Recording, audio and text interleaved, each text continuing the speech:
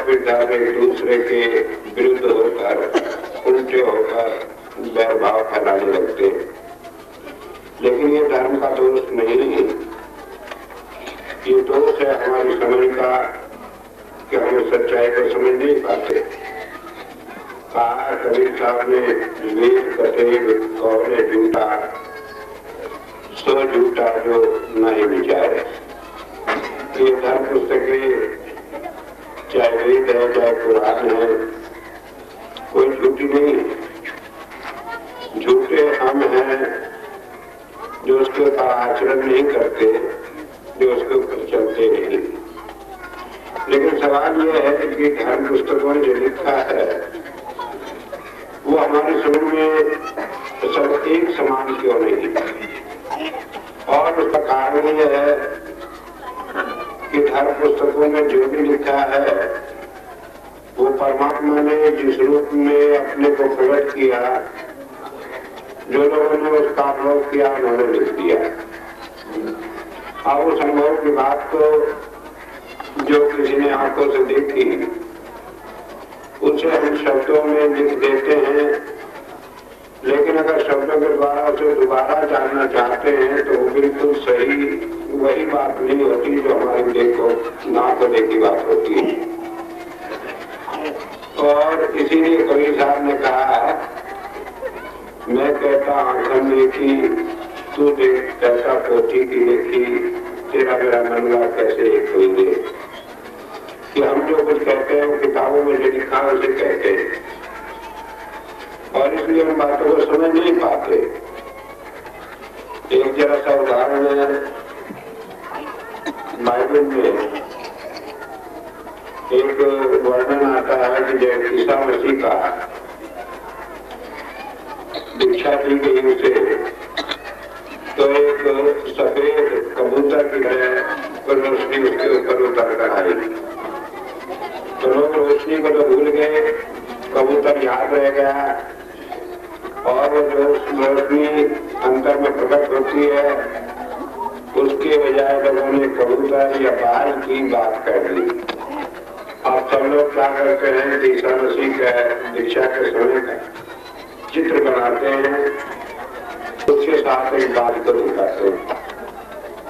और अब हालत इतनी हो गई है, वो कहते हैं एक परमात्मा है, एक परमात्मा का बाल है और एक परमात्मा का बेटा है।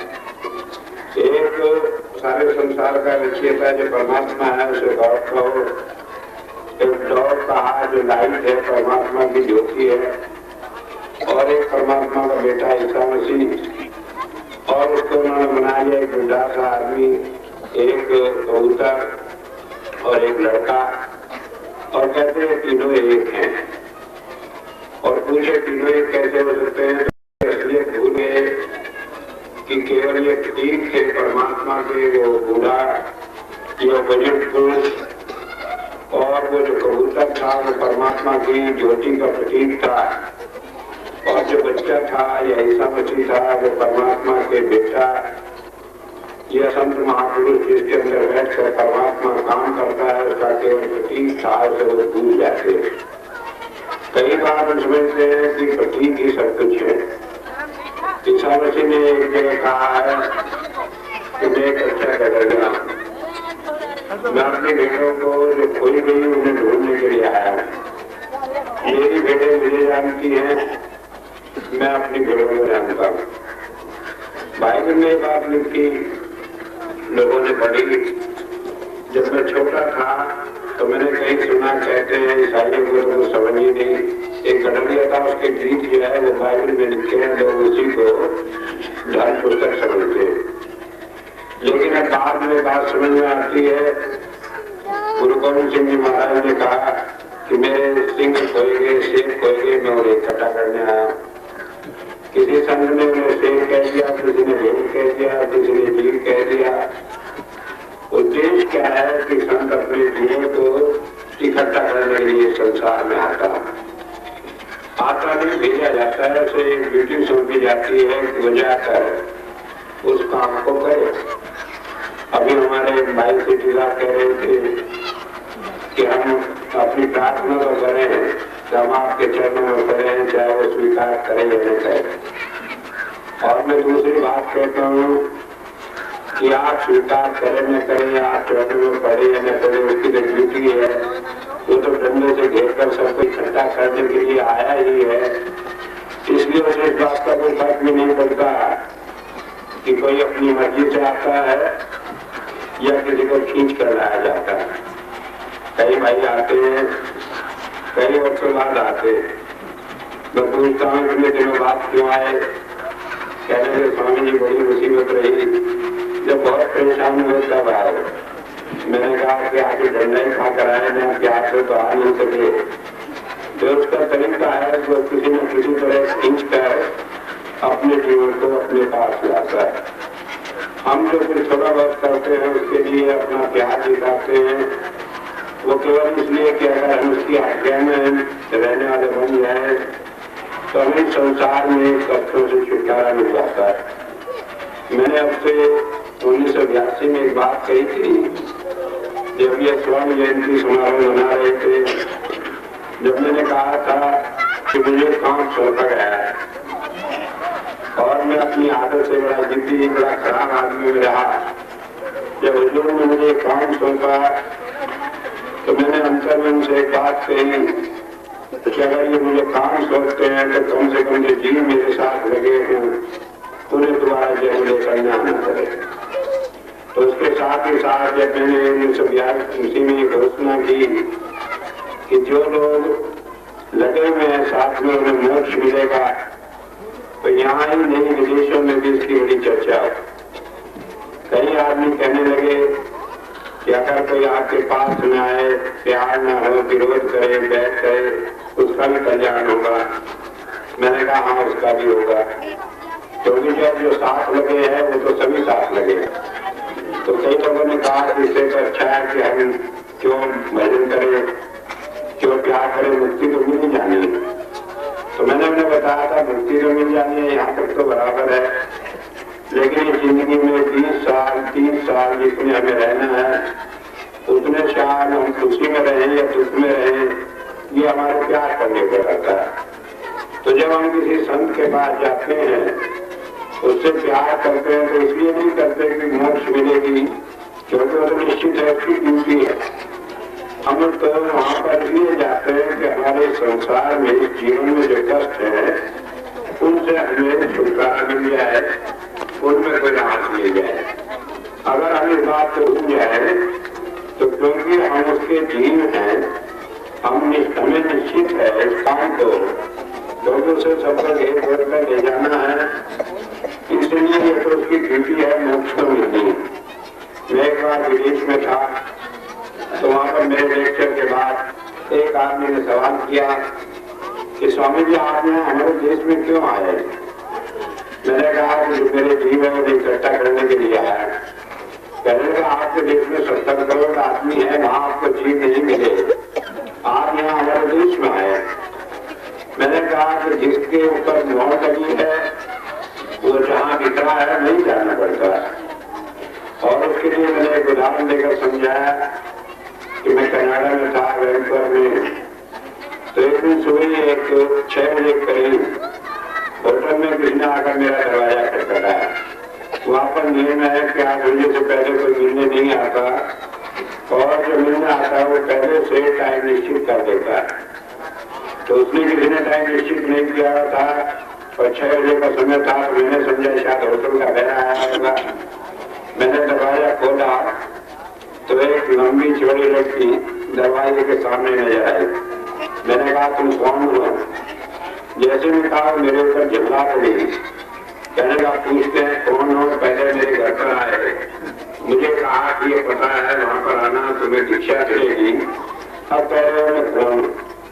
मैंने उसे बिठाया, बातचीत की, तो कहने लगी 15 दिन पहले आप आए इस होटल में, आपने आकर बताया कि मैं इस मकान में, इस होटल में, इस कमरे में ठहरा हुआ हूँ। मैंने पता नोट किया और कहा कि 5 तारीख को 6 बजे आना तो मान मिलेगा। मैंने कहा तुमने कहीं अखबार में पढ़ा होगा, प्रोग्राम है बेटा? मैंने कहने लगे नहीं, मैंने तो उसी से नोट किया। तो ये सब क्या होता है? ये अंदर की प्रेरणा है, तो उस परमात्मा ने जो हमें मोहर लगा दी, जो जो जीव हमें सौंप दिए उन्हें संभाल करने के लिए ये डोरी वाली हुई। तो इस तरह से ये हमारा सवाल नहीं, बल्कि ये परमात्मा का अपना काम है। जिन जिन जीवों को वो उनके कर्मों के अनुसार समझता है, जो मोक्ष के अधिकारी है, इस रास्ते पर चलने के अधिकारी है, उन्हें वो किसी न किसी तरीके से संतों के पास भेज देता है। और वो भेजने का तरीका क्या है, क्या चीज प्रेरणा देती है, क्या चीज डोर है जो जोड़े रखती है, कैसे हमारा विश्वास बनता है कि हम इस रास्ते पर चल निकले। इसके लिए मैं आज के ऋग्वेद के चौथे मंडल का 40वें सूक्त का जो हमारा चल रहा है उसका 30वां मंत्र आपके सामने दे रहा हूँ। इसका ऋषि वामदेव है। जैसे कि मैंने सुबह बताया था कि जो परमात्मा के साथ उसके घर में, हमारे अंतर में, ब्रह्मांड में परमात्मा के साथ रहने वाला है, उसे वामदेव कहते हैं। और सभी परमात्मा की प्राप्ति का साधन क्या है, यह इस मंत्र का देखता है। तो वो कहते हैं कि वह अंतर में ज्योति जो प्रकाश प्रकट होता है वो परमात्मा की प्राप्ति का साधन है। एक बार मैं जर्मनी में था, मैंने कहा अंतर में रोशनी मिलती है और नाद मिलता है। तो एक भाई उसका कहने लगा, चलो हमने आपकी बात मान ली कि अंतर में ज्योति और नाद मिलता है, लेकिन ये ज्योति रोशनी है तो हमारे यहाँ बड़ी है, हम बड़ी इलेक्ट्रिसिटी पैदा करते हैं, बड़ी बिजली हमारे यहाँ, और अशोक भी हमारे यहाँ बहुत है आवाज़, तो इसके लिए हमें आपसे करने की क्या जरूरत। मैंने बताया कि बाहर क्या रोशनी है, बाहरी रोशनी है। आप यहाँ नाद की चर्चा कर रहे हैं, बाहरी शोर है, लेकिन ये परमात्मा का अभिव्यक्त रूप, प्रकट रूप है ज्योति और नाद। इसके अंदर परमात्मा के गुण होते हैं। जैसे बाहर की रोशनी हो, उसमें बैठे रहे तो हमारी आंखें चुंधिया जाती है, हमें थकावट मालूम होती है, सोना चाहते हैं, आंख बंद कर लेते हैं, रोशनी बंद कर देते हैं। लेकिन अंतर की रोशनी में जैसी हम बैठते हैं, ऐसे अनुभव करते हैं, तो उससे हमें ताकत आती है, थकावट दूर होती है और नई शक्ति हमारे अंदर पैदा होती है। तो इसलिए बताया अंतर का ज्योति और नाद परमात्मा का प्रकट रूप है। और जैसे जैसे हम उसके साथ जुड़ते हैं, हमारे अंदर परमात्मा के गुण प्रकट होने लगते हैं। तो इस मंत्र के अंदर बताया है, द्रवत तुर्यंत प्रकटीन, कि वो परमात्मा का प्रकाश क्या है, द्रव है कि वो गति में है, कि वो इतना तेज उसकी शक्ति है कि उससे तेज गति किसी चीज की है नहीं। और जब जीवन में, साधना में हम उस चीज का अनुभव कर देते हैं तो हमारा विश्वास परमात्मा के ऊपर बनता चला जाता है। मुझे याद है घटना 1984 की बात है। हमारे यहाँ आश्रम में स्टेट बैंक ऑफ इंडिया के जनरल मैनेजर ऑपरेटिंग आने को थे। हमने उनका प्रोग्राम रखा, तो वो बड़े अफसर थे जब यहाँ आने के लिए तैयार हुए। तो स्टेट बैंक सलीला में भी उनका प्रोग्राम रखा गया। 9 बजे उन्हें वहाँ आना था, 10 बजे हमारे यहाँ आना था, और 10 बजे से शाम तक हमें यहाँ 4 बजे तक का उन्होंने प्रोग्राम दिया। तो जैसे 9 बजे हम बैंक में गए तो हमने देखा उन्होंने बहुत अच्छा शामियाना लगाया हुआ था, लाइट की हुई थी, बड़ा खर्चा किया हुआ। हमने अपना प्रोग्राम खुले में ही रखा था, उसकी धूप भी बड़ी तेज थी। मैं और मेरी पत्नी वहाँ गए, जाकर वहाँ देखा प्रोग्राम, तो कहने लगी इन्होंने इतना अच्छा प्रोग्राम किया, इनके यहाँ 1 घंटे का प्रोग्राम है, हमारे यहाँ 6 घंटे का प्रोग्राम है। धूप इतनी तेज है, इसमें बैठेंगे आदमी परेशान हो जाएंगे, तो कैसे ये सब काम ठीक होगा। कहने लगी अभी तो टाइम है, आप संविदा में ऑर्डर देके सामने मंगवा दे और सब डेकोरेशन करा लें, 1 घंटे में हो जाएगी। मैंने कहा पहली बात तो ये 1 घंटे में संभव नहीं, और फिर दूसरी बात यह जब हम कहते हैं परमात्मा हमारे सब काम करता है, तो आज उसी नाते ट्राई करके देखेंगे वो क्या काम करता है। कहने लगे क्या, मैंने कहा आज परमात्मा से कहे कि वही शामियाने का इंतजाम कर दे। कहने लगे कैसे होगा, मैंने कहा थोड़ी देर में देख लेना। तो हम यहाँ आए जैसे ही, तो जैसे ही आश्रम में घुसे तैसे ही बादल आ गए, और बादल आ जाने के बाद 4 बजे तक जब तक वो रहे, इतनी अच्छी छाया रही कि कहीं भी किसी शामियाने की आवश्यकता नहीं पड़ी। कि वो परमात्मा की शक्ति जो प्रकाश रूप में प्रकट होकर हमें अपने अस्तित्व का आभास कराती है, वो हमारे सारे काम जो हमारे मन के अंदर विचार पैदा होते हैं उसी को पूरा करती है। मैंने सुबह बताया था कि ऋग्वेद में एक मंत्र आता है, असी कन्या ये विमान होता। तो परमात्मा साधक के लिए, योगी के लिए उसके घरेलू नौकर जैसा रहता है। जैसे घरेलू नौकर इंतजार करता है कि कोई बात उसके मुंह से निकले, या जैसे कि सेठी साहब ने अभी बताया कि वो इशारे को देखता है कि मालिक का इशारा क्या होता है और उसी को पूरा करने की कोशिश करता है। ठीक इसी तरह परमात्मा हमारे मन की एक एक भावना को जानकर उसे पूरा करने की कोशिश करता है।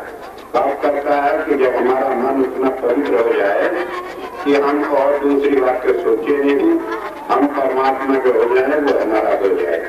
इसीलिए कबीर साहब ने कहा, कबीरा मन निर्मल गया जैसे गंगा नीर, पीछे पीछे हर है कहत कबीर कबीर। कि जब हमारा मन पवित्र हो जाता है, जब भी हमारा मन संसार की चीजों से हटकर परमात्मा में लग जाता है, क्योंकि इस मन के अंदर गंदगी क्या है, ये संसार की विषय वासनाओं में फंस जाता है, यही इस मन की गंदगी है।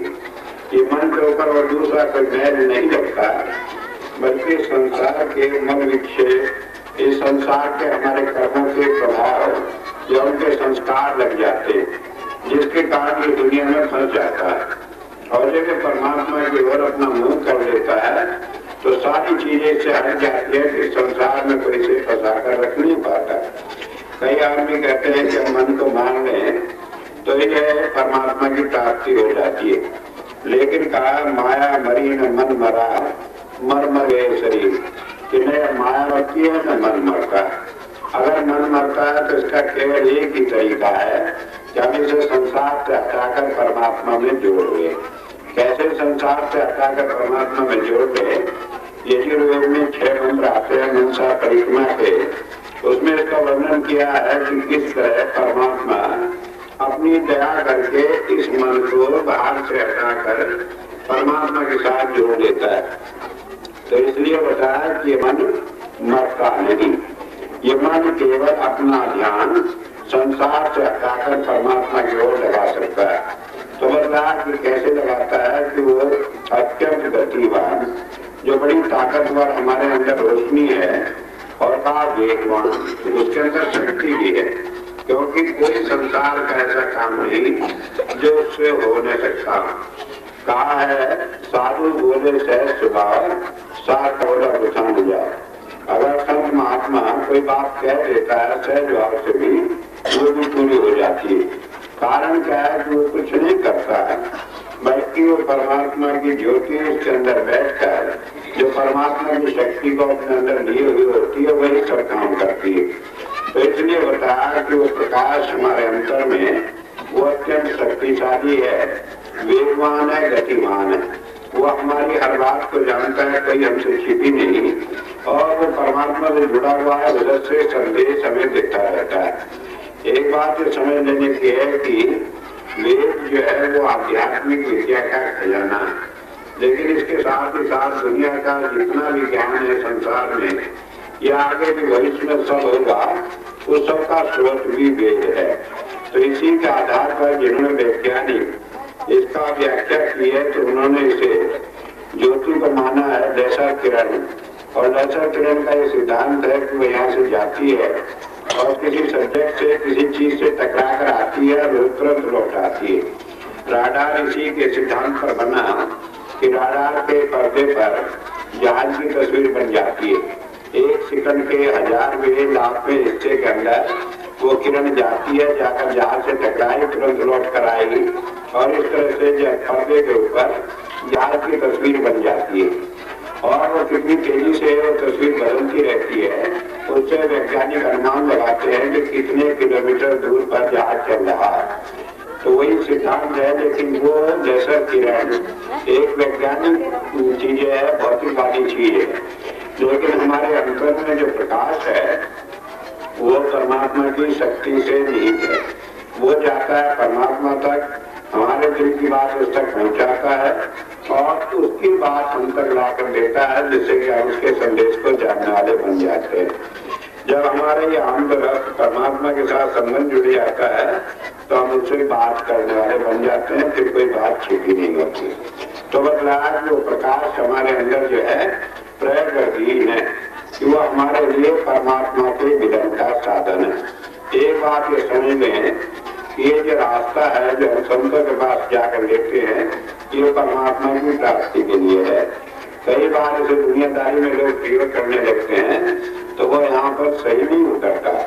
अभी मुझे याद है, परसों की बात है, भाई आए अहमदाबाद से, वो आए पहले कभी 5-6 साल पहले वो आकर नाम ले गए थे, उसके बाद कभी आए नहीं, क्योंकि उन्हें लगा कि स्वामी जी के पास है ही क्या जो आओ और हर साल आने से फायदा भी क्या।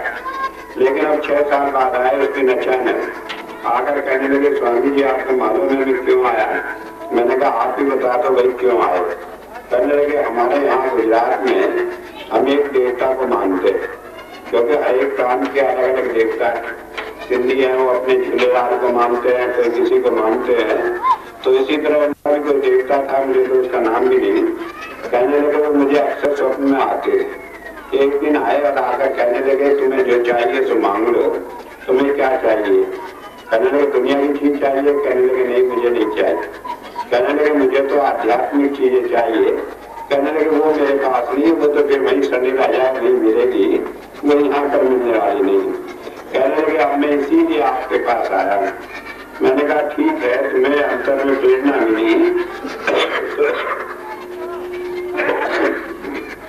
तो उसका विश्वास बनता है, अगर बाहर से कोई कहे तो उसका विश्वास नहीं बनता। मैंने जब ये आश्रम शुरू किया तो मैंने एक बात कही थी कि मैं चाहता हूँ कि इस धरती से जिस पर हम बैठे हैं, इसके अंदर वो गंध आए, इसके अंदर वो ताकत हो कि जो आदमी यहाँ आ जाए तो उस नशे को पा जाए जिसके लिए हम दुनिया में तरसते फिरते हैं। और आज मैं समझता हूँ कि सारी दुनिया में आध्यात्मिकता की वजह देखने को मिलती है, क्योंकि जब हम साधना शिविर लगाते हैं देश में और विदेशों में, तो वहाँ पर लोगों को जो अपने अनुभव होते हैं मुझे पता लगता है कि वो कैसे संसार की चीजों को छोड़कर अंतर के रास्ते पर चल निकलते। अभी एक भाई भगवान से आए थे, वो अपना अनुभव सुनाने लगे, कहने लगे स्वामी जी मैं आपको अपने मन की बात, अंतर के अनुभव की बात बताऊँ। तो उन्होंने बताना शुरू किया कि मुझे ऐसे रोशनी आती है, ऐसे आती है, तो बहुत सारी बातें उन्होंने बताई। मैंने कहा आप यहाँ ठीक नहीं, चलो ऊपर चलकर बात सुनेंगे। तो उन्होंने बताया कि अंतर में उन रोशनियों का जो स्वर्णिम रोशनी होती है, गोल्डन लाइट होती है, उसका लाल रोशनी का, सफेद रोशनी का वर्णन किया। वेदों में इस बात का बड़ा स्पष्ट वर्णन आया है कि 12 में से ये 3 रोशनियां सबसे उच्च होती है और ये हमारे सारे जितने विकार होते हैं उन्हें मिटा देती है। ये लाल रोशनी हमारे मन के विकारों को मिटाने के लिए है और ये सुनहरी रोशनी हमारे मन की इच्छाएं जिसमें हम आकंठ डूबे हुए संसार में उन्हें तृप्त करती है। और जो सफेद रोशनी होती है वो हमें अंतर में नाद के साथ जोड़ देती है, जिससे कि हम दूसरे ज्योति से नाद के रास्ते पर चल निकलते हैं। तो इस तरह से बताया कि रोशनी जो हमारे अंतर में आ रही है वो अंत में परमात्मा की प्राप्ति का साधन है। अगर हमारा मन कहीं संसार में किसी चीज में अटका होता है तो उसे भी पूरा करती चलती है, लेकिन उसका उद्देश्य केवल एक ही होता है कि वो हमें झंझटों से निकाल कर परमात्मा के साथ जोड़ दे। कई आदमी मेरे से कहते हैं कि कई आदमी आपसे दुनियादारी की चीजें मांगते हैं, वो भी मिल जाती है, और कई आदमी आपसे कुछ मांगते हैं तो उन्हें नहीं मिलता। इसका क्या कारण है? तो मैंने बताया कि जो आदमी दुनियादारी की चीजें मांग कर भी उसकी इच्छा पूरी हो जाए तो उसके बाद दोबारा संसार की इच्छाएं नहीं करता, तो संत उसकी इच्छा पूरी कर देता है। और जिसने एक मांगा दूसरी मांग तैयार, तो उसके बाद और तैयार, तो नंबर लगा रहता है, तो उसकी इच्छाओं को पूरी नहीं करता, क्योंकि उसकी इच्छा पूरी करने से अनेक नई इच्छाओं को उसके अंदर जन्म में हो जाता है और उसके कारण वो संसार में फंसा रहता है। तो इस तरह से वो देखता है कि जब कोई इच्छा साधना के मार्ग में बाधक है और उसे पूरी किए बगैर साधना पूरी नहीं हो सकती, थी तो वो उन इच्छाओं को पूरी कर देता। जब वो देखता है कि वो इच्छाएं पूरी हो जाने से नई नई इच्छाएं पैदा होंगी तो वो उन इच्छाओं को पूरी नहीं करता। तो बताया कि सारी चीजों में उसका उद्देश्य केवल एक रहता है कि जीव इस संसार में रहते हुए जो रुकावटें उसकी साधना में, उसके आगे बढ़ने में झंझट है, उन्हें दूर करते हुए वो परमात्मा की प्राप्ति का मार्ग बता दे। इसलिए बताया कि वो अंतर का प्रकाश हमारे वृद्धि में हमारे लिए परमात्मा की प्राप्ति का साधन है। और कहा अस्त वे में प्रणम अनुवाती। वट वे ने कहा है, वैसे तो पक्षी को कहते हैं, लेकिन यहाँ पर परमात्मा के लिए आया। तब बताया कि प्रकाश क्या है? परमात्मा के वर्णन, उसकी रश्मि है, उसकी किरण है। हम अंतर में उस प्रकाश को समझते हैं कि रोशनी है, या केवल हमारा भ्रम है कि अंतर में रोशनी दिखाई दी। लेकिन वेद कहता है कि वो परमात्मा की किरण है, परमात्मा के अंदर से अभिव्यक्त हुआ परमात्मा का रूप है, उसमें और परमात्मा में कोई भेद नहीं। और अनुवादी कि वो हमें खींचकर परमात्मा की ओर ले जाता है, क्योंकि परमात्मा के अंदर से निकली अभिव्यक्त किरण इसकी विशेषता होती है, जिस चीज को छूती है उसके अंदर परमात्मा के गुण प्रकट कर देती है। तो जो अंदर की रोशनी हमें खींचकर फिर दोबारा वापिस परमात्मा की ओर ले जाती है। इससे हमारे ऊपर की महल करती चली जाती है, और जैसे जैसे महल करती है तैसे तैसे हमारी आत्मा पवित्र हो जाती है, अपने निज रूप में आ जाती है, और ये संसार के बंधनों में फंसती नहीं। तो इसलिए वेद ने इस बात को बड़ा स्पष्ट किया है कि वो हमारे प्रकाश जो हम अंतर में देखते हैं वो हमारी कोई कल्पना नहीं, हमारा कोई सोच का विषय नहीं, बल्कि वो परमात्मा का अभिव्यक्त रूप है, परमात्मा का प्रकट रूप। वेद ने इन बातों को कुछ अभियान किया है, लेकिन हम समझ नहीं पाते। अभी मैं जो वेदों का भाष कर रहा था तो वहाँ पर अनेक बार सोम रस की चर्चा आती है। तो सोम के विषय में मैंने MP पंडित जो वेदों के विद्वान हुए हैं पांडिचेरी आश्रम में उनकी किताब पढ़ी, तो उन्होंने कहा दृष्टि और सोमा कि सोम रस का क्या भेद है। तो उन्होंने के अंदर अपने बहुत सारे व्याख्यान दिए हैं। तो एक व्याख्यान में उन्होंने लिखा कि वेदों में लिखा हुआ है कि सोम रस कोई जड़ी बूटी का रस नहीं, बल्कि अंतर साधना द्वारा प्रकट होता है, जिसके पार लेने से जीवन सफल हो जाता है।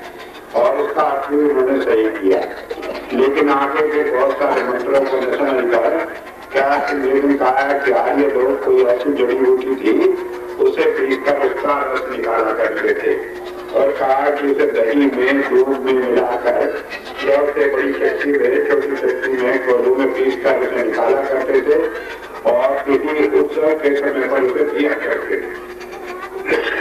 कारण क्या है कि जब सोमरस को वर्णन करते हैं कि वो पेय पदार्थ है, उससे हमारी आत्मा पीती है, उसे खाती है, तो हम लोग विचलित हो जाते हैं कि अगर वास्तव में ये परमात्मा है तो हम उसे कैसे खाएंगे, कैसे पिएंगे, ये संभव नहीं। तो इस तरह से अनेक विद्वान जिन्हें अंतर साधना का अनुभव नहीं होता, जो मंत्र दृष्टा ऋषि नहीं है, वो उस वेद मंत्र को जान नहीं सकता, तो कई बार शाब्दिक अर्थ करते हुए उसमें भूल कर जाते हैं। तो मैंने बताया कि जैसे कि बड़ा स्पष्ट किया है वेद में कि सोमरस कोई जड़ी बूटी का रस नहीं, बल्कि वो अंतर साधना के द्वारा परमात्मा का हमारे अंदर प्रकट होना है। और सोम का वर्णन 20,000 मंत्रों में लगभग 10,000 मंत्रों में हुआ है, और सब जगह जहाँ सोम आया है वहाँ सोम को परमात्मा का रूप कहा गया है, परमात्मा का अभिव्यक्त रूप कहा गया है। इतना सारा सुबह हो जाने के बाद भी लोग भूल करते हैं कि चार सोमरस कोई जड़ी बूटी है जिसके पीने से ध्यान लगता है या साधना हो जाती है, या हम संसार के झंझटों से छूट जाते हैं। मुझे याद है घटना, एक स्वामी राम करके एक सन्यासी हुए, वे हिमालय में गए, उन्होंने वहाँ पर साधना की, तो उन्होंने अपने जीवन का अनुभव लिखा है कि मैं वहाँ सोम की तलाश में था, मुझे एक जड़ी मिली, मैंने उसे घोट कर दिया तो मैं 6 दिन तक बेहोश पड़ा, और बाद जब उठा तो कई दिन तक दर्द होता रहा मेरे बदन में। मुझे ऐसा लगा जैसे किसी ने बड़ी पिटाई की और तमाम हड्डियां टूट रही। तो मैं कहने लगा ये तो सोम सो नहीं सकता, क्योंकि सोम तो बड़ा आनंद देने वाला है। लेकिन समझ में नहीं आता जब इतना स्पष्ट लिखा हुआ है कि सोम कोई जड़ी बूटियों का रस नहीं, क्योंकि हम क्यों ये भूल कर जाते हैं। इसका कारण केवल ये है कि जब तक अपना आंतरिक अनुभव न, जब तक हम किसी मंत्र के मंत्र दृष्टा ऋषि ने, जब तक हमने अपने जीवन में उसे साधना के द्वारा अनुभूत नहीं किया हो, जब तक हम परमात्मा से अपने अंतर में बात करने वाले नहीं बन जाते, तब तक ये धर्म ग्रंथ भी हमें कोई रास्ता देते नहीं। मेरे जो संत प्रकाश सिंह जी महाराज कहा करते थे कि जो योगी है, जिसने साधना की है, ये किताबें उसके लिए रास्ता दिखाने वाली, और जो योगी नहीं है ये किताबें उसे उलझा देती हैं, तो उसे भ्रम में डाल देती है, ये रास्ता नहीं मिलता। वेदों में भी एक मंत्र आया है, कहा है जो अज्ञानी है वो अंधकार में, जो ज्ञानी है वो महाअंधकार में। क्योंकि किताबों में पढ़कर आदमी उलझ जाता है। हम ज्ञान किताबें पढ़ने को समझते, लेकिन आया है गुरबानी में कहा ज्ञानी अंधा मग्न जो है जानी है। ये जो अज्ञानी है वो अंधे के समान है, जो उसे फिर संसार में बार बार जन्म मरण में आना पड़ता है। लेकिन लोगों ने समझा शायद गुरु ग्रंथ साहब को पढ़ने वाला उसे जानने वाला ज्ञानी है। लेकिन ज्ञान की परिभाषा की है, ज्ञान ज्ञान धुन जानिए अकत कहा वो सो। ज्ञान नाम ध्यान करने का, ध्यान किसका, धुन का। धुन कौन, अकत, जो बिना किसी के कहे ऑटोमेटिकली हमारे अंदर आ रही है, उस धुन को सुनने का नाम ज्ञान है। तो इसलिए हम समझ ले कि चीज कुछ ठीक समझ हम कुछ रहे हैं। तो इसलिए होता है कि वो परमात्मा की किरणें हमें उस रास्ते का अनुसरण कराती है। और परमात्मा की किरणें कैसी हैं, तो इस वेद मंत्र में बताया है, सेन से इदली कावना अंकसम द्रजतन। तो बताया सेन से कि बाज पक्षी की तरह जैसे वो सफेद होता है, इसी तरह वो सफेद किरणें हैं। जब मैं सेन पढ़ा शब्द तो इसे कहते हैं बाज को, तो मैंने देखा कि वेदों में भी उसी बात का वर्णन किया है कि वो प्रकाश जो है सफेद पक्षी की तरह है। और वही बात बाइबल में आया है, उन्होंने उसे ढोल कह दिया, तब समझ में आया कि वास्तव में जो बात जीसस क्राइस्ट ने कही वो कोई नई बात नहीं थी, बल्कि हमेशा से उस बात का वर्णन सारी धर्म पुस्तकों में आया है। तो बताया कि बाज पक्षी की तरह वो बड़ा उज्ज्वल है, वो सफेद है, और कहा वो परमात्मा की प्राप्ति का साधक है। और आगे कहा अंकसम द्रजत है कि वो अपने आप हमें परमात्मा के करीब खींच लेता है। हम कहते हैं हमें तो प्यार नहीं बना परमात्मा का, हमारे मन के अंदर तो गुरु का प्यार उठ जाए नहीं। तो वो ताकत ऐसी है कि वो अपने आप ही खींच लेती है जीव को अपने साथ, और खुद ही अपना प्यार जोड़ लेती है। मेरे जो संत प्रकाश सिंह जी महाराज कहा करते थे कि जीव के लिए संभव नहीं कि वो किसी संत से प्यार कर सके, क्योंकि ये संत तो इतने ठगिया होते हैं कि मैंने देखा कि इनसे ज्यादा खतरनाक दुनिया में कोई आदमी नहीं। कोई लेकर जाए अच्छी की उम्मीद उसकी उल्टी कर देते हैं, कोई मान्यता मान कर जाए कुछ और तो उसका और फिर उल्टा कर देते हैं, क्योंकि वो देखते हैं कि वास्तव में बाहर का ही दिखावा है या अंदर की कोई बात। एक दफे का वर्णन आता है कबीर साहब का कि एक राजा उनके ऊपर मोहित हो गया, बड़ा खुद बड़ा सम्मान करे, और वो जानते थे कि बाहर का दिखावा करता है, मन में कुछ है नहीं। तो कबीर साहब ने एक दिन ये बोतल शराब की हाथ में और एक औरत ले ली और उसके साथ भरे बाजार में अपने शराब के नशे में डावाडोल होते हुए आए। अब जब वो आए राजा को किसी ने खबर की, कहने लगे तुम लोग जो संत कहते थे अपना गुरु बनाया हुआ था तो शराबी और एक वैश्या को साथ लेकर बाजार में आ रहा। अब ये बात देखी, इतने में कबीर साहब दरबार में घुस आए। पहले तो राजा की आदत थी जब वो कभी आते थे तो वो गद्दी छोड़कर खड़ा हो जाता था, उसके गुस्सा आ गया, वही बैठा रहा। कहने लगे तुम्हारी क्या हालत है? तो कबीर साहब ने क्या करा, वो बोतल जमीन पर लुढ़का दी। अब होता ही है, मुझे तो मालूम नहीं, लेकिन लोग कहते हैं कि शराबी शराब को जमीन पर नहीं गिराता। मेरा अपना तो अनुभव नहीं है, लेकिन लोग कहते हैं। तो वो जब देखा तो उसने गिरा दी तो सोचने लगा कि कैसा शराबी है, इसने शराब डुला दी तो देखा उसमें कोई बदबू भी नहीं। उसके बाद जो गया पास में चरण छुए तो माफी मांगी, तो उन्होंने कहा ये सब क्या है कि मैं देखना चाहता था कि तुम्हारे मन में कुछ है या केवल बाहरी दिखावा करते हो।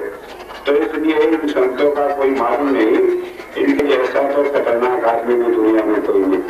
तो इसलिए अगर हम सोचे कि हम किसी संत से प्यार करना नहीं कर सकते, क्या तरीका होता है कि वो अंतर की ज्योति जो हमारे अंदर में आती है वही हमें संत से प्यार कराती है। तो कहा कि वो ज्योति जो है हमें संत के करीब ले जाती है। अगर हम किसी तरह संत से प्यार करने वाले बन सकते हैं तो केवल साधना के बल पर बन सकते हैं। बाहरी दुनिया के बल पर, दुनिया की बातों से, मन बुद्धि के आधार पर आज तक दुनिया में कोई संत से प्यार कर नहीं सका। अंतःकरणों के आधार पर जो प्यार करते हैं उनका प्यार से बाहरी चीजों से टूटता नहीं। तो इसलिए बताया कि वो ज्योति जो हमारे अंदर में प्रकट होती है वही हमें खींच कर संत के करीब ले जाती है, उसका सामर्थ्य प्रदान करती है, वही हमारा विश्वास परमात्मा के साथ जोड़ती है और उसी के द्वारा हम संसार से उपराम होकर, संसार की विषय वासनाओं से छूटकर परमात्मा के साथ जुड़ सकते हैं। अन्यथा हम अपने आप इस रास्ते पर चल नहीं सकते। तो इसलिए बताया है कि अगर हम सोचते हैं कि हमारा मन गुरु के चरणों में लग जाए और उस रास्ते पर चलने वाले बने, संसार की विषय वासनाओं से हट जाए, तो उसका केवल एक ही रास्ता है कि अंतर में हमें वो ज्योति और नार का अनुभव होता है। लेकिन इसका मतलब ये नहीं कि वो केवल हम भजन के द्वारा ही प्राप्त कर सकते हैं। अगर हम सेवा करें तो उसके द्वारा भी इस चीज को प्राप्त कर सकते हैं। अगर हम अपना ध्यान उसके साथ रखते हैं तो भी हम उसे प्राप्त कर सकते हैं, क्योंकि जब संसार की विषय वासनाओं के नए संस्कार हमारे ऊपर नहीं आते तो पिछले संस्कारों को भोगते हुए हम उससे छुटकारा पाते चले जाते हैं। एक जगह वेद में एक मंत्र आया है, उसमें कहा कि जो बुद्ध होता है, जो अंतर में ब्रह्मांड में रहने वाला होता है, जिसे हम कहें कि अपने ध्यान को ऊपर रखा जो संसार में सारे काम करता है, उसे संसार की विषय वासनाओं का, संसार के संस्कार का कोई प्रभाव उसके ऊपर पड़ता नहीं। कई बार आता है कि संत महात्मा इस संसार के झंझट में नहीं फंसते, तो जो खाते हैं तो सारी चीजों को मिलाकर खा लेते हैं। तो जो कहा करते थे कि उनका एक दूसरा तरीका है कि ध्यान ऊपर कर दिया तो जो भी दुनिया की चीजें हो रही है न उसका स्वाद मालूम पड़ता है न इसके अंदर मन होता है।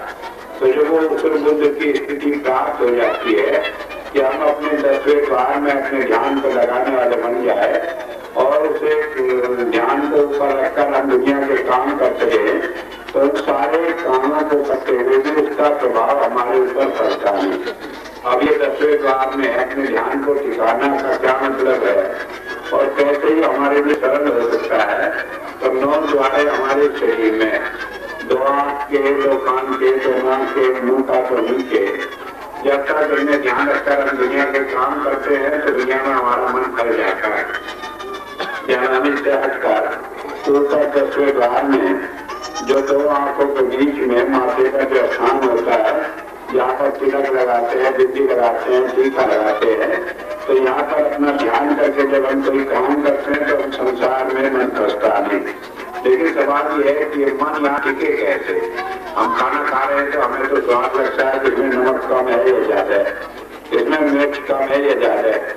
कई आदमी जब भोजन करते हैं तो 10 बार कहेंगे कि इसमें नमक लाओ, मिर्च लाओ, छोंक लगाओ। मैं सोचता हूँ इतनी सारी बातें कैसे पता लग जाती है। कारण क्या है कि जब ध्यान नीचे होगा तो उसके स्वाद का पता रहेगा, अगर ध्यान ऊपर हो तो फिर उसमें कोई चीज पता लगती ही नहीं कि इसमें क्या स्वाद है क्या स्वाद नहीं। तो ऐसी स्थिति में फिर ऐसी आदत पड़ जाती है कि आप सारे काम करते हुए अपने ध्यान को इंद्रियों से ऊपर रखते। शुरू में इसके अभ्यास के लिए हमें 5 शब्दों का जो मंत्र मिला हुआ है उसका जाप करना पड़ता है, क्योंकि जब तक हमारा ध्यान इंद्रियों में रहेगा तो उसका रस आता रहेगा।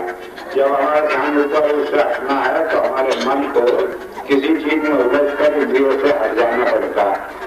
और इस मन को उजागर रखने के लिए, इंद्रियों से अलग करने के लिए केवल जो जाप संत बनाते हैं उसी के द्वारा ये संभव है, अन्यथा ये संभव नहीं।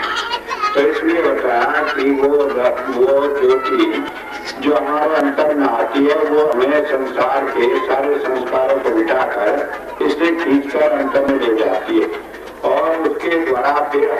परमात्मा के समीप जाने वाले हो जाते हैं। और आखिरी मंत्र के हिस्से में बताया है ऊर्जा से शरीर कहा कि उस योग की बल के द्वारा जो हमें शक्ति मिलती है उसके द्वारा फिर हम संसार से तर जाते हैं। इस संसार से तर जाने पार हो जाने हमें फिर जन्म मरण में इस संसार में आना नहीं पड़ता।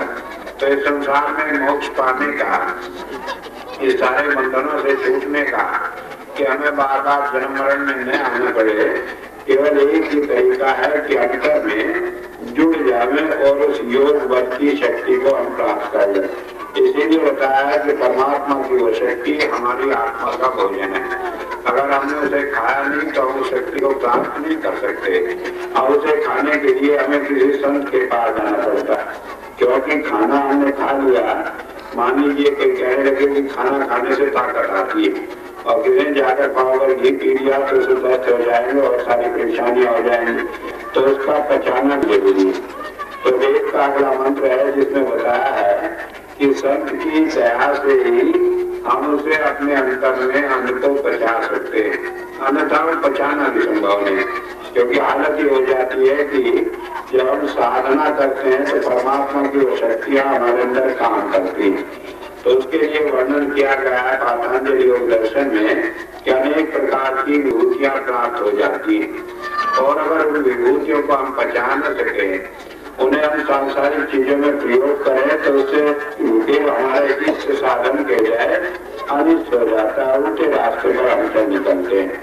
जिस तरह से तंत्र विद्या सीख कर कोई आदमी दूसरे का बुरा करने लगता है, ठीक इसी तरह रिद्धियों सिद्धियों के बल से हम संसार की चीजों को प्राप्त करने में लग जाते हैं और अपने पद से भ्रष्ट हो जाते हैं। इसलिए कि वो शक्ति कि हम इसे करते हुए संसार के रास्ते में न लगे, उससे हटाकर परमात्मा के साथ जोड़ने का तरीका भी केवल संत की दया से ही संभव होता है। कैसे दया से संभव होता है कि जब भी हम उल्टा काम करके कहीं जाने की कोशिश करते हैं, तभी वो वहाँ पर डंडा लिए खड़ा रहता है और हमें उस चीजों से खदेड़ कर उससे वापस लाकर हमें सही रास्ते पर लगा देता है।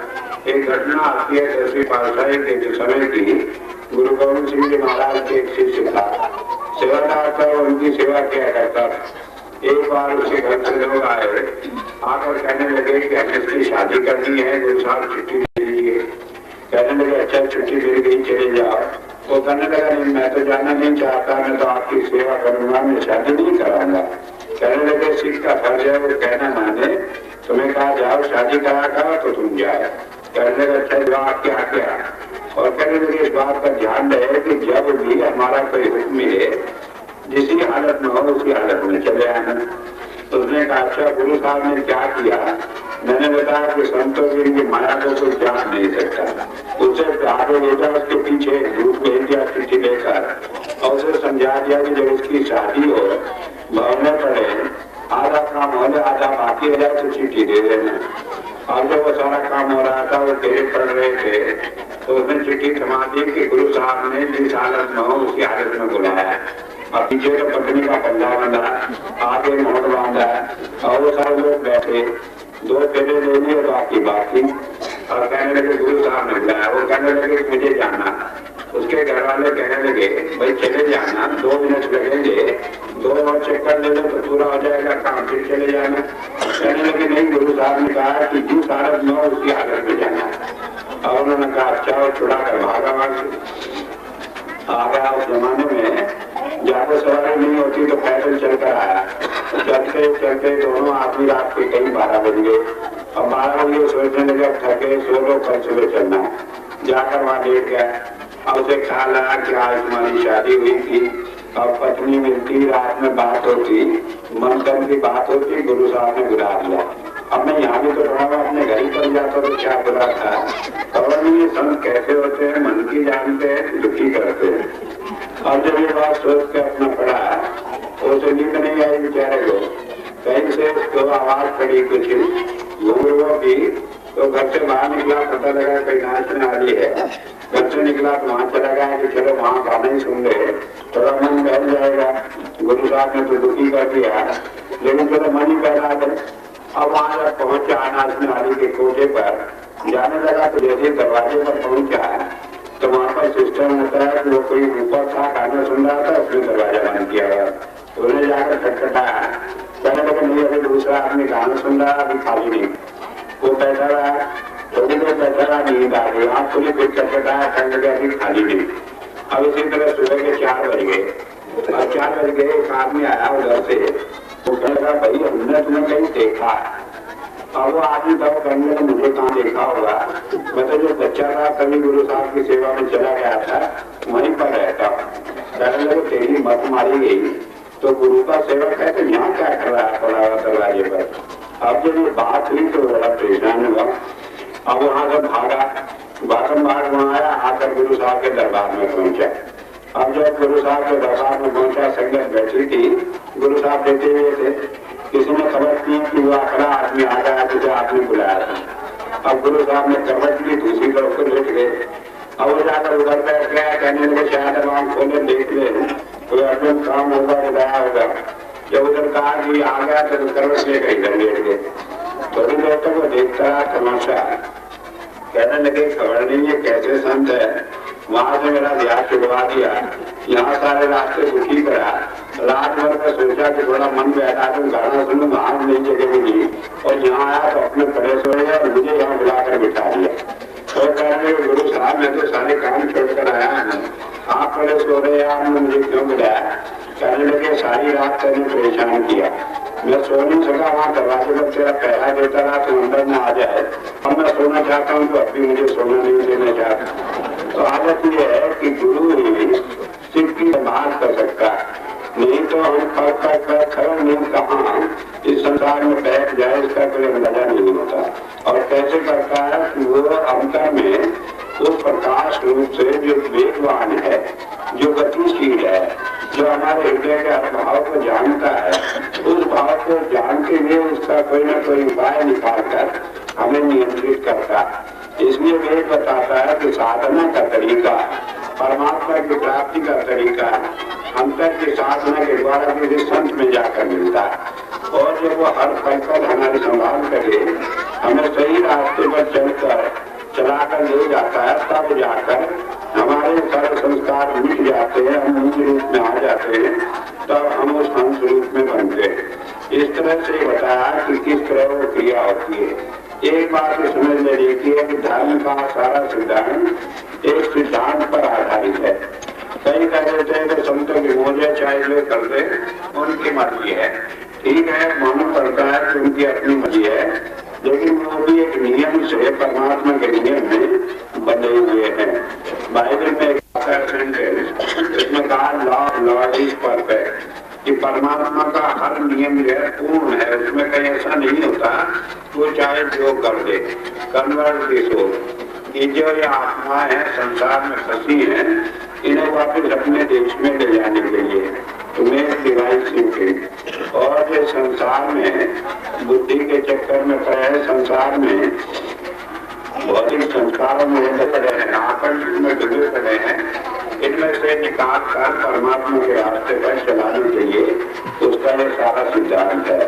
तो एक बात समझ लेने की है कि वो अंतर का मार्ग ही, वो अंतर का ज्योति और नाद ही हमें परमात्मा के साथ जोड़ देता है। जब तक वो चीज हमें प्राप्त नहीं होती तब तक हम इस संसार की चीजों से विमुक्त नहीं हो सकते। और जब वो चीजें हमें प्राप्त हो जाती है तब हम उसे प्राप्त करके अपने जीवन में सही रास्ते पर चल निकलते हैं। कई भाई मेरे पास आते हैं, कहते हैं हम तो अनेक वर्षों से एक वही रोशनी देख रहे हैं और कुछ बढ़ोतरी तो हुई नहीं, लेकिन हमें नहीं मालूम कितने संस्कार, कितने जन्मों के संस्कार हमारे ऊपर चढ़े पड़े, और जब तक वो साफ नहीं हो जाते तब तक हम आगे उन्नति नहीं कर सकते।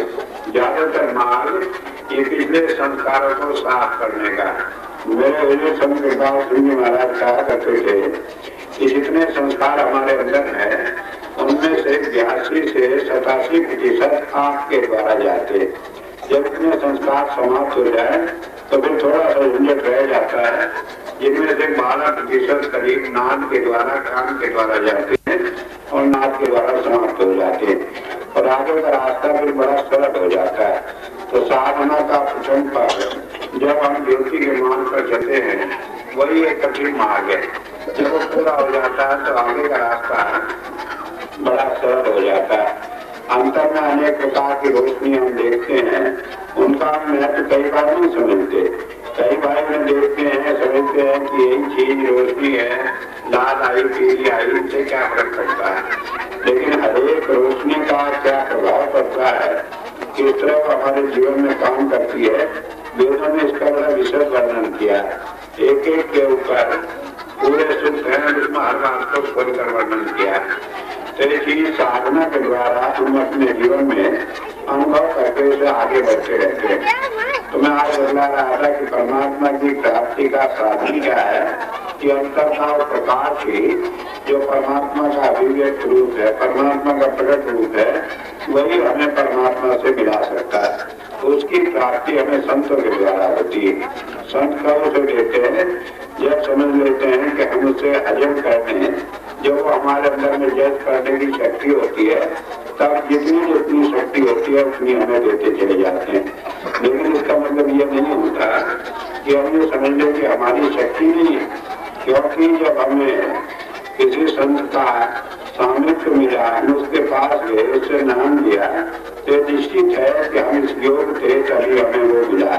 कुछ देर है, किसी कारण नहीं मिल पाया, उसका केवल एक ही कारण है कि कोई हमारा कर्म है जो बीच में बाधक है, जब वो समाप्त हो जाता है तो वो चीजें अपने आप प्राप्त हो जाती है। तो मैंने बताया कि किस तरह वेद में एक एक बात को खोलकर वर्णन किया गया है।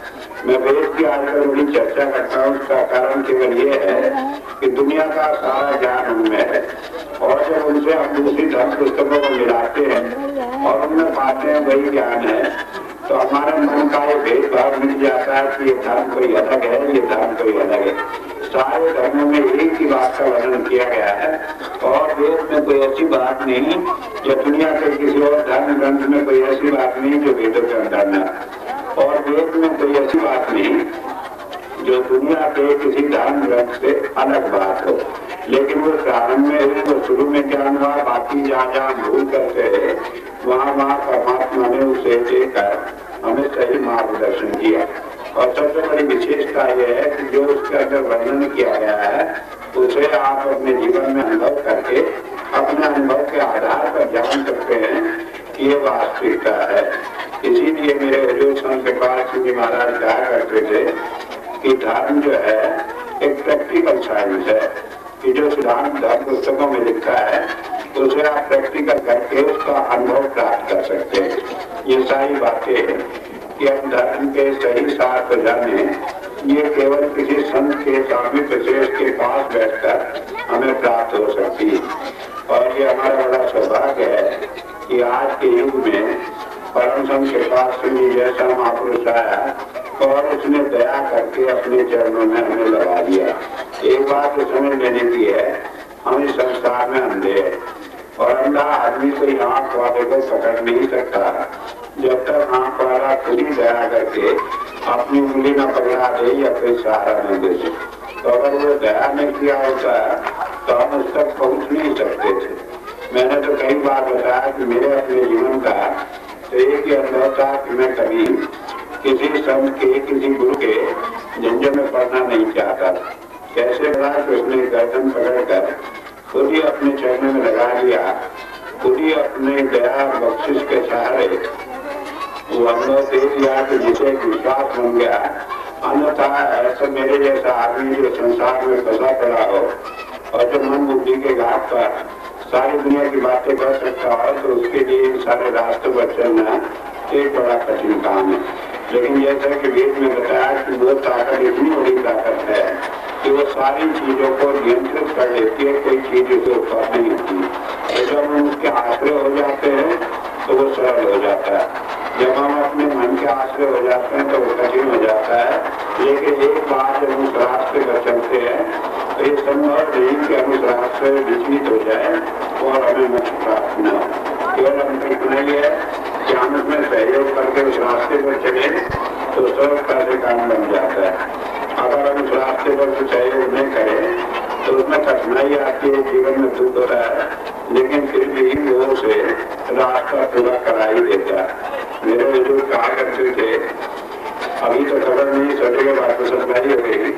ये पहले ऐसा था कि गाँव में औरतें कुएं से पानी भरकर लाती, तो बच्चा कहा तो माता उसे कहे कि जब ऊपर हाथ कर दे में उठाएंगे तो उसके सिर पर पानी का घड़ा है, इसलिए वो उठा नहीं सकती झुक कर। अगर बच्चा समझदार है वो हाथ ऊपर कर देगा तो माँ की गोद में चलाएगा, और अगर नहीं करेगा तो खींचा हुआ पीछे आएगा, रोता भी आएगा और आना तो उसे पड़ेगा ही, छुटकारे का कोई रास्ता नहीं। तो इसलिए अब हमारी समझ है कि हम अच्छे बच्चे बनकर माँ की गोद में आए या पीछे खींचे आए। और मैं समझता हूँ कि हर रास्ता इतना सरल है कि जब एक संत रूप में, एक मनुष्य रूप में वो देह धारण करके आता है तो इतनी दया भी करता है कि हम खींच कर न आए, बल्कि कहीं ना कहीं किसी लेवल पर अपना विश्वास दिलाकर हमें अपने चरणों में लगा लेता है। तो इसलिए हमारे लिए एक ही काम है कि हम उसकी दया की, उसकी कृपा दृष्टि की प्रार्थना करें कि वो अपने चरणों में लगा ले। बाकी जो उसका काम है वो आया ही हमें उद्धार करने के लिए। और इसीलिए आज हम संत के जन्म दिवस पर बैठकर एक बार इस बात की चर्चा करने लगे हैं कि वो दयालु संत के संसार में हमें उभारने के लिए आया है और हमारा ध्यान उधर लगा रहे, जिससे आप